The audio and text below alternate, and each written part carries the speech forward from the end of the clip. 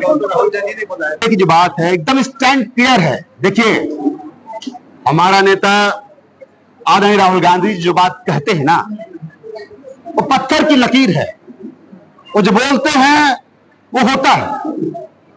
अब कोई ऐसा नहीं कोई इस बात को लेके 244A ही नहीं, जो उनका स्टैंड है, वो ये बात उन्होंने बहुत पहले कही थी, जो उनका स्टैंड है हम सभी कांग्रेस कार्यकर्ताओं का वही स्टैंड है, उसमें कहीं कोई बदलाव नहीं है। और उनका स्टैंड आपको पता, उन्होंने आज से कुछ साल पहले खुद ही एक वीडियो के माध्यम से बात रखी थी।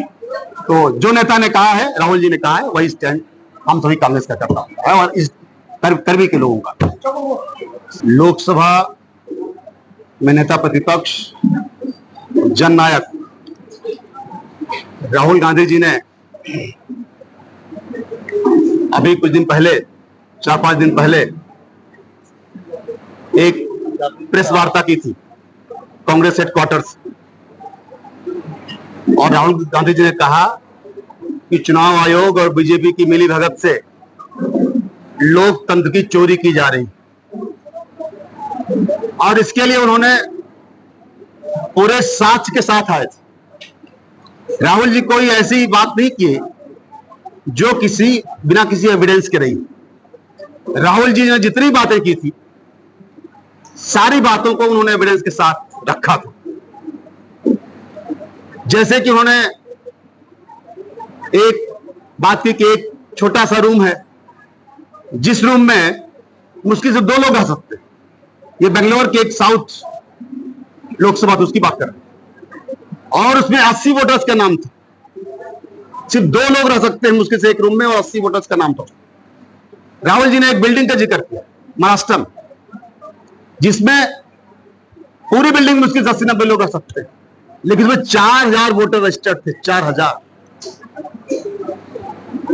तो राहुल जी का कहना यह था कि बीजेपी, मोदी और शाह चुनाव आयोग की मिलीभगत से इस देश के लोकतंत्र को चुरा रहे हैं, इस देश के लोकतंत्र की चोरी हो रही है। इसको लेकर उन्होंने 2-3 बातें। एक तो उन्होंने कहा कि डिजिटल वोटर लिस्ट दीजिए, दूसरा उन्होंने कहा कि सीसीटीवी फुटेज दीजिए, तीसरा उन्होंने कहा कि आप जो फर्जी वोटर्स बना रहे हैं वो बंद कीजिए। ये बात थी। उसको लेकर उन्होंने संसद के अंदर और संसद के बाहर भी ये बात पूरे देश के सामने रखी है। और आज जब हम लोग ये प्रेस वार्ता कर रहे हैं, तो नेता प्रतिपक्ष जननायक राहुल गांधी जी डिटेन्ड है। पार्लियामेंट में इसी बात को लेके वो धरने बैठे थे, पूरी कांग्रेस पार्टी या पूरा इंडिया ब्लॉक,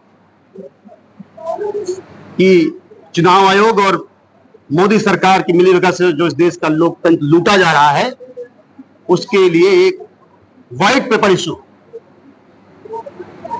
तो चुनाव आयोग के खिलाफ वो धरने बैठे थे, और उनको और पूरे नेताओं को, विपक्षी पार्टी के नेताओं को डिटेन किया गया। अभी वो डिटेन्ड ही है। एक तो ये, तो आज हम ईस्ट कर्मिया लॉन्ग में आए, और मकसद ये था इस बात को हम नीचे तक ले जाएंगे कि जिस तरह से इस देश के लोकतंत्र को लूटा जा रहा है, इस देश के लोग इस देश के चुनाव व्यवस्था में, इस देश के लोकतंत्र में यकीन करना छोड़ देंगे तो क्या होगा इस देश? जब इस देश का ना तो संविधान बचेगा, ना लोकतंत्र बचेगा, ना चुनाव आयोग की निष्पक्षता बचेगी, तो कैसे इस देश के लोग यकीन करेंगे कि देश लोकतंत्र जिंदा है या नहीं? एक तो ये था। और दूसरा, आज हम यहां इसलिए भी आए कि यहां भी जिस तरह से यहां का सीएम तुलयाम और असम का मुख्यमंत्री हेमंत बिस्वा शर्मा, इनकी मिलीभगत से जो ईस्ट और वेस्ट कर्मी को लूटा जा रहा है, पूरे इस इलाके को, यहाँ के ट्राइब्स की, यहाँ के मूल निवासियों की, यहाँ के हिल्स के लोगों की जमीनों को लूटा जा रहा है।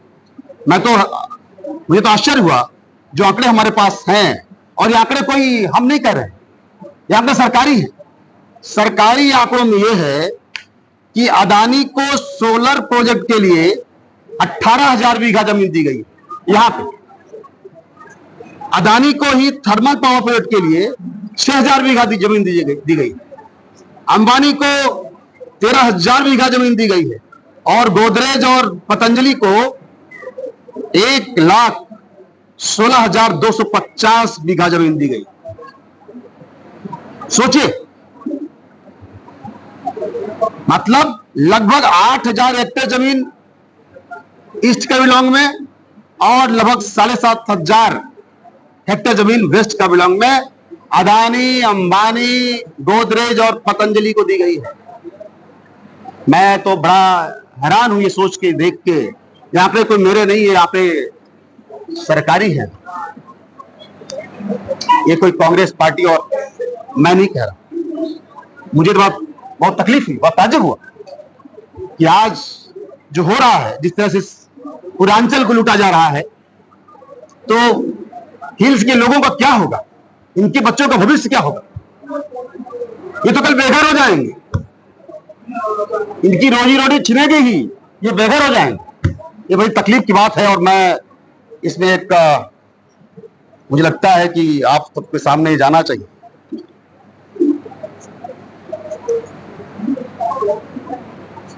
ये